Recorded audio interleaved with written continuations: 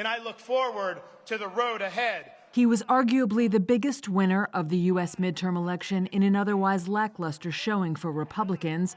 And now Florida Governor Ron DeSantis, who trounced his Democratic rival to win re-election, has cemented himself as the Republican Party's top rising star. But what comes next is trickier, says Reuters political correspondent James Oliphant. Now the big question is, does DeSantis have the guts to get into the ring with Donald Trump and challenge him for the 2024 presidential nomination? It would, by the looks of it, be the political fight of his life, with former President Donald Trump, just days before the midterms, already targeting the Florida governor, making his usual braggadocious claims and resorting to name-calling.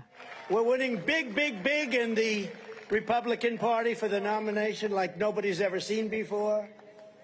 Let's see, there it is, Trump at 71, Ron DeSanctimonious at 10%. But Trump is increasingly viewed as toxic by some Republicans who blame him for the party's underwhelming performance in the midterms. Still, Trump is expected to announce his candidacy next week. Part of the reason he's announcing so early is to try to ward off a bid by DeSantis or somebody else. Trump would love to have a clear pathway to the nomination.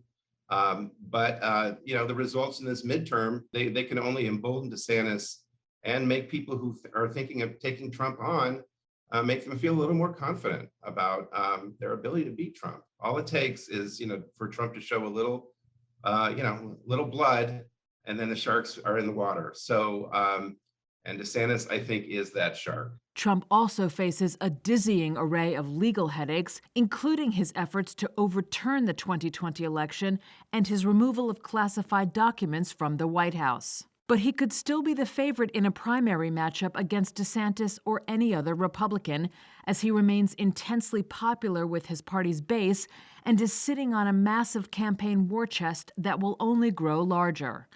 DeSantis, however, has also proven to be a dynamic fundraiser, smashing prior gubernatorial records by raising more than $200 million since early 2021. And he is especially popular with conservatives for taking the lead in culture war issues concerning race and gender, getting into a well-publicized spat with the Walt Disney Company over his support of the controversial law nicknamed Don't Say Gay by opponents that prohibits the teaching of gender identity concepts to young children. His age could also be a plus. At 44, DeSantis is more than 3 decades younger than the 76-year-old Trump and current President Joe Biden, who turns 80 on Sunday. Biden, who beat Trump in 2020, said he intends to run for re-election and will make a final decision by early next year. At a press conference this week, Biden was asked this.